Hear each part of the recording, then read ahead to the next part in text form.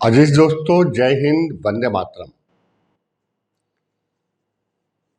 ये जो लड़ाई शुरू हुई ना इजराइल में, इसने पूरे विश्व को लगता है जिसे दो भागों में बांट दिया।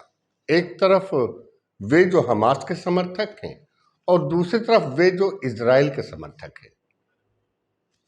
और इस बीच में उत्तर प्रदेश के मुख्यमंत्री योगी आदित्यनाथ ने एक नया एंगल दिया कि तालिबानियों को हनुमान जी की गदा की जरूरत है। एक प्रश्न है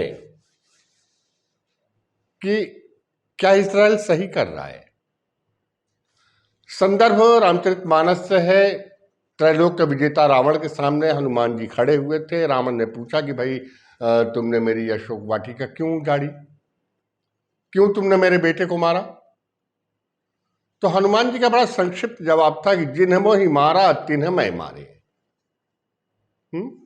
जिन्ह मोहि मारा तिन्ह मैं, जिन्होंने मुझको मारा मैंने उनको मारा।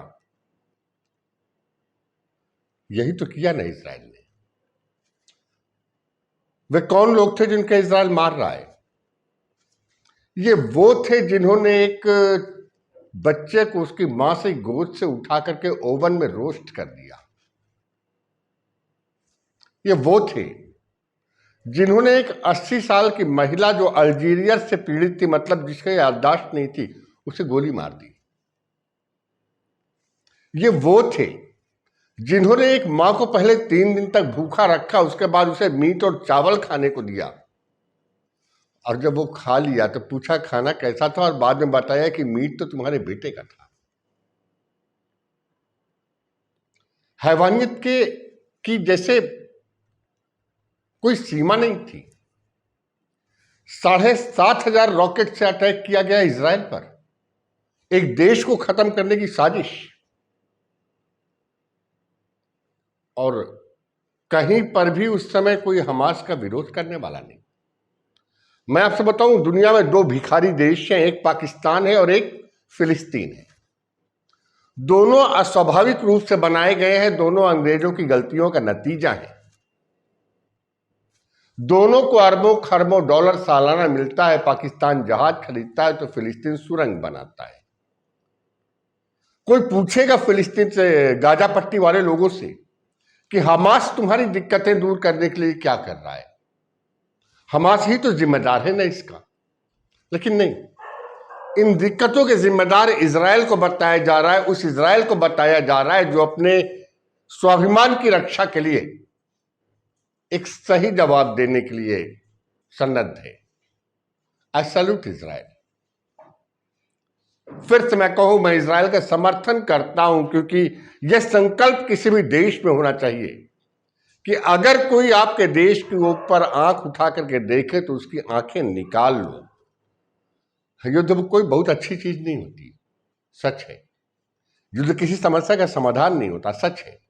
लेकिन यह भी सच है कि कभी कभी शांति को पाने के लिए युद्ध की जरूरत होती है। तो मैं फिर कहूंगा, वक्त आ गया है। ये जो हमास के समर्थक जगह जगह पर सक्रिय हो रहे हैं, इनको पहचानने का। और फिर मैं बताऊं, संस्कृतियों का युद्ध जैसे सामने आकर के खड़ा हो गया है। समूचा विश्व धीरे धीरे 2 भागों में बंट रहा है। यह तय करना है हमें कि हम हैवानियत के झंडा उठाने वालों के साथ रहेंगे या अपने देश को बर्बाद करने वालों का जज्बा रखने वालों को बर्बाद करने वाले की तरह रहेंगे। वीडियो कैसा लगा आपको? प्लीज अपनी प्रतिक्रियाओं से हमें जरूर अवगत कराइएगा। वीडियो को लाइक करिए, शेयर करिए। शेयर इसलिए करिए ना, क्योंकि ये जो छद्म राष्ट्रभक्ति वाले लोग आए हैं बीच में, जिन्होंने फिलिस्तीन और हमास का एक कॉकटेल बना करके मानवीय संवेदना प्रस्तुत करने की कोशिश कर रहे हैं। रवीश बड़ा प्रधान, बड़ा प्रोमिनेंट है इसमें से, है ना। इनके षड्यंत्र को बेनकाब करना होगा।